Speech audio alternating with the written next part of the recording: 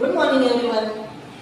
आज सबसे पहले मुझे ये बताने में बहुत बड़ी खुशी हो रही है कि मैंने ग्रामर के इससे पहले जो 2 वीडियो दिए हैं उनमें भाषा, लिपि और व्याकरण इसके आधार पर चैप्टर तो एक ही था, लेकिन बहुत सरल और सटीक भाषा में जो है मैंने आपके सामने 2 वीडियो प्रस्तुत किए हैं।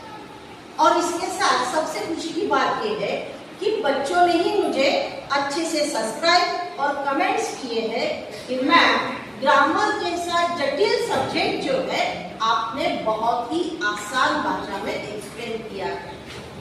और यही एक कारण है कि मुझे पुनः दूसरा वीडियो बनाने के लिए दिल से चाह हो रही है। तो आज मैं मेरे ही बच्चों के लिए पुनः व्याकरण का सेकंड चैप्टर वर्ण विचार के आधार पर जो है आज का वीडियो बनाने जा रही हूँ।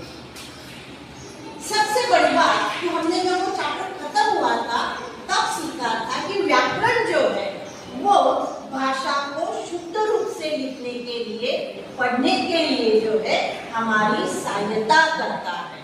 अब भाषा सिर्फ शब्दों से होती है क्या? नहीं, तो भाषा शब्द का एक संगठित रूप जिससे सेंटेंस बनते हैं या वाक्य बनते हैं, उससे हमें भाषा समझ में आती है। तो इस आधार पर जो है व्याकरण के जो है 3 चीज है। पहला वर्ण विचार, दूसरा शब्द विचार और तीसरा वाक्य विचार है।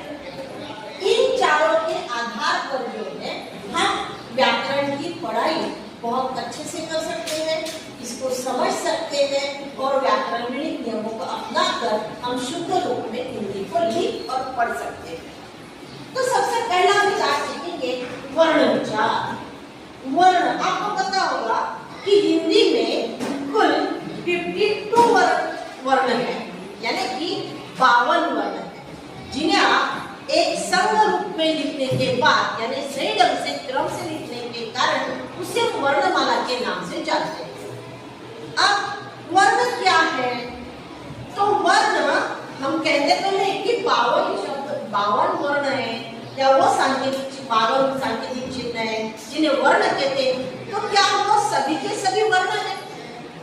क्या उसे वर्ण, अगर हमने ऐसा क लिख दिया तो क्या हम इसे वर्ण कह सकते हैं?